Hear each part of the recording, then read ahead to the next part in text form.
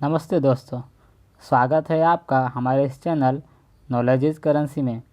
तो आज की इस वीडियो में हम पढ़ने वाले हैं सर्वेश्वर दयाल सक्सेना जी के द्वारा लिखी एक कविता भूख। यह कविता कक्षा 10वीं के द्वितीय भाषा की बुक से ली गई है। तो आइए कविता पढ़ने से पहले हम सर्वेश्वर दयाल सक्सेना जी के बारे में कुछ जानकारी प्राप्त कर लें। सर्वेश्वर दयाल सक्सेना जी का जन्म 1926 में और निधन 1983 में हुआ था। यह बस्ती जिला के रहने वाले थे। इनके बहुत गरीब होने के कारण कैसे कैसे इन्होंने अपनी इलाहाबाद विश्वविद्यालय से पढ़ाई पूरी की थी और उसके बाद एमए करने के बाद इन्होंने शिक्षक, क्लर्क और आकाशवाणी में नौकरी की थी।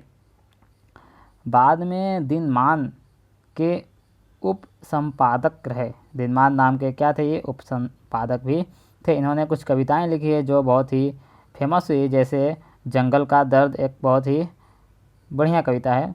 कुआओं की नदी, गर्म हवाएं, खूंटियों पर टंगे लोग, क्या कह कर पुकारूं, कोई मेरे साथ चलो आदि इनके प्रमुख काव्य संग्रह हैं। इनकी रचनाएं बहुत ही रोचक और प्रकृति से जुड़ी हुई थी। बतूता का जूता भी एक बाल कविताओं का अनूठा संग्रह है और इन्होंने कुछ नाटक भी लिखे हैं। तो आज की इस वीडियो में हम पढ़ने वाले हैं कविता, इसका भावार्थ समझेंगे भूख। तो आइए, इस कविता में कैसा है कि कवि ने सौंदर्य को वैज्ञानिक रुचि से हटाकर संघर्षशीलता के साथ जोड़ दिया। सुंदरता कैसी होनी चाहिए। अभी देखिए, ये बच्चा आपको कैसा दिख रहा है, कितना अच्छा दिख रहा है, कितना सुंदर दिख रहा है। तो जब लोगों को भूख लगती है या किसी भी चीज़ को जब भूख लगती है तो वह कितना सुंदर दिखता है, उसके बारे में कवि ने यहाँ पे बताया है। देखिए, इतनी छोटी सी कविता है, कुछ लाइनों की, बहुत ही जल्द ख़त्म हो जाएगी।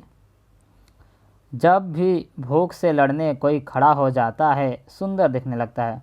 तो कवि कहते हैं, सक्सेना जी कहते हैं कि जब भी कोई भूख से लड़ने के लिए, अर्थात जब किसी को भूख लगती है और वह भूख से लड़ने के लिए जब खड़ा हो जाता है तो कैसा दिखने लगता है? सुंदर दिखने लगता है। झपटता हुआ बाज, बाज आप जानते हैं एक पक्षी का नाम है, वो शिकारी बाज एक शिकारी पक्षी है। और जब झपटता है अपने शिकार को, चूहों को या किसी भी छोटे मोटे कीड़ों मकोड़ों को, तो बहुत ही सुंदर दिखाई देता है। फन उठाए हुए सांप, सांप को जब भूख लगती है तो फन उठा के किसी को डसने या किसी को कुछ पकड़ने के लिए फन उठाता है तो बहुत ही सुंदर दिखता है। दो पैरों पर खड़ी, कांटों से नन्ही पत्तियाँ खाती बकरी। तो कैसी बकरी सबको अच्छी लगती है? जो दो पैरों पर खड़ी हो और कांटों से छोटी छोटी पत्तियाँ चबा चबा कर ऊपर की तरफ खाती है। आपने देखा होगा गाँव में कितना ये अच्छा दृश्य दिखाई देता है। दबे पाँव झाड़ियों में चलता चीता। अब झाड़ियों में चीता दबे पाँव चल रहा है, यह सुंदर दृश्य भी बहुत ही मन को भावुक लगता है। डाल पर उल्टा लटक कर फल कुतरता तोता। तो कैसा तोता सबको अच्छा लगता है? डाल पर उल्टा सा लटका हो और किसी फल को खा रहा हो, कितना अच्छा लगता है फल को कुतरते हुए। या इन सब की जगह आदमी होता है, या फिर इन सभी चीज़ों की जगह यदि कोई आदमी होता है तो वह भी बहुत अच्छा लगता है। जब भी भूख से लड़ने कोई खड़ा हो जाता है सुंदर दिखने लगता है। तो जब भी कभी भी भूख से लड़ने अगर यदि कोई खड़ा हो जाता है तो हमें कैसा दिखता है? सुंदर दिखता है।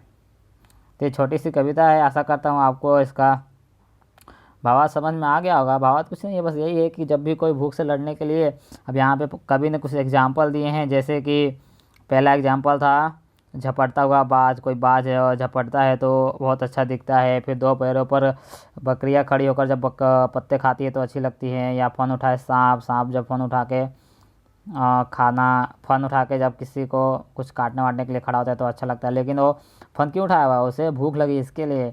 या चीता जब दबे पाँव झाड़ियों में चलता है तो बहुत अच्छा लगता है। ऐसे यहाँ पे एग्जाम्पल दिए। या जो तोता जो उल्टे पाँव लटक कर फल को खाता है, या फिर इन सब की जगह कोई आदमी भी होता है। अब यहाँ पे इस फोटो में ही देख लीजिए कितना अच्छा बच्चा लग रहा है। अब ये बच्चा, इसे भूख लगी है फिर भी ये कैसा अच्छा दिख रहा है। कोई भी हो जिसे भूख लगती है और जब वो भूख से लड़ने के लिए खड़ा हो जाता है तो हमें कैसा दिखने लगता है? बहुत ही अच्छा दिखता है। तो दोस्तों, आशा करता हूँ आपको ये हमारी कविता पसंद आई होगी और ज़्यादा जानकारी के लिए हमारे चैनल को आप सब्सक्राइब भी कर सकते हैं। More knowledge, subscribe for more knowledge, knowledge is currency. See you next video.